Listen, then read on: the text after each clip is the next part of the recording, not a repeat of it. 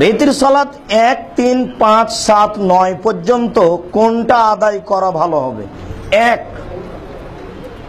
এক রেখাত পড়েন, মাঝে মধ্যে 3 রেখাত পড়বেন। 1 রেখাতের হাদিসই সব, বহু হাদিস 1 রেখাতের। 1 রেখাত পড়বেন, আল্লাহ আকবার বলে দাঁড়িয়ে সূরা ফাতিহা, ইখলাস কোন একটা সূরা পড়ে রুকু থেকে গিয়ে উঠে সিজদায়।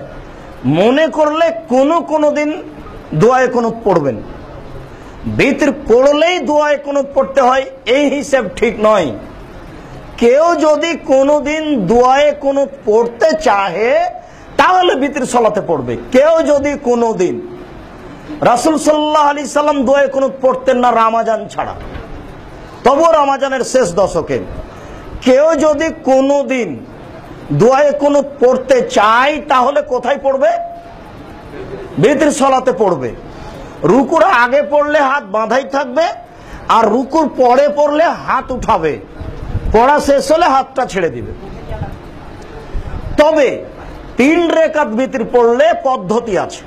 প্রথম রাকাতে সূরা আলা, দ্বিতীয় রাকাতে সূরা কাফিরুন, তৃতীয় রাকাতে ইখলাস, ফালাক, নাস। আর 1 রাকাত পড়লে কোনো হিসাব নাই, যেটা আপনার সহজ। 5, 7, 9 এগুলো তাহাজ্জুদের সাথে মিশে আছে।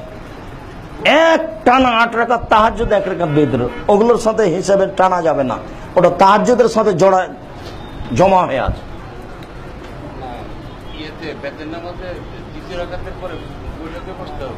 3 রাকাত ভিতর পড়লে দ্বিতীয় 2 রাকাত পড়ে বসতে হবে না, এ হাদিস জাল। 3 রাকাত পড়লে এক টানা পড়তে হবে। 3 রাকাত পড়লে 2 রাকাত পড়ে বসা যাবে না, মর্মে হাদিসটি জাল, বসা যাবে না। আজানের সময় সালাম দেওয়া যাবে কি? জি যাবে, উত্তর দিবেন পরে। সালাম দেওয়া যাবে না এমন কোন জায়গা দুনিয়াতে নেই।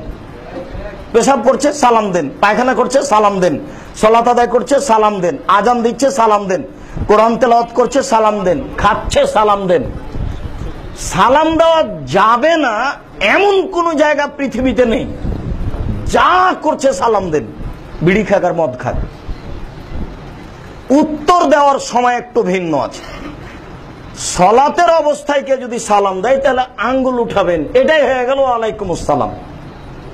আর যদি পেশাব পায়খানা অবস্থায় কেউ সালাম দেয় তাহলে উঠে বলবেন ওয়ালাইকুম আসসালাম, ওই সময়তে বলবেন না।